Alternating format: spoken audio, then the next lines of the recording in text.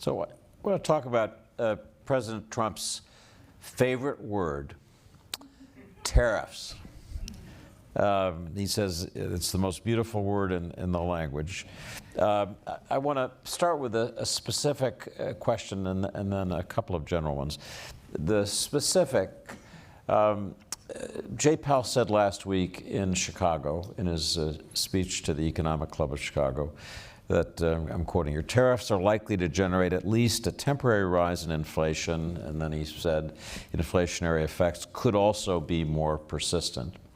And then talking about growth, he said that he was already seeing evidence of growth slowing, and as you know, the IMF, which you formerly led, just lowered its global growth forecast by 1 percentage point, substantial lowering. So I just want to ask, again, on the very specific level, in terms of the data that you see, are you beginning to see those two effects, inflationary pressure? Would you expect, given this tariff regime, inflationary pressure and slowing growth? David, that's where we have to look at the territory where you stand and about which you speak, because the effects are different in the United States from where it is in Europe. If I concentrate on what's happening in Europe, we are beginning to see some softening of growth numbers, and I would not exclude that we also revisit our growth forecast when we do our next projection in June. Similar impacts will happen in the rest of the world, most likely, because it will have an across-the-board effect on GDP. We're beginning to see that a little bit.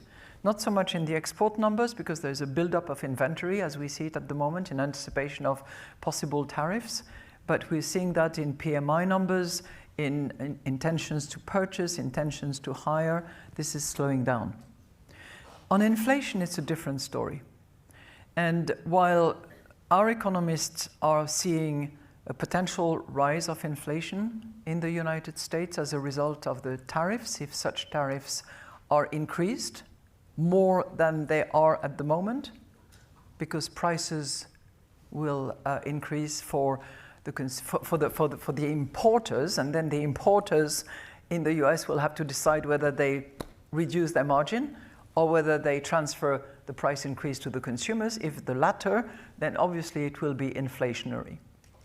On our side of the pond, in Europe, it's very unclear what the net impact will be. And in particular, if there is no countermeasures decided by Europe, I think the net inflation outcome is uncertain at the moment, but it's probably going to be disinflationary more than inflationary.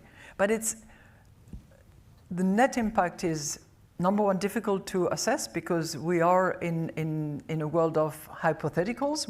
We are in this transition period where we don't know exactly what is going to come out of those discussions that are going on at the moment.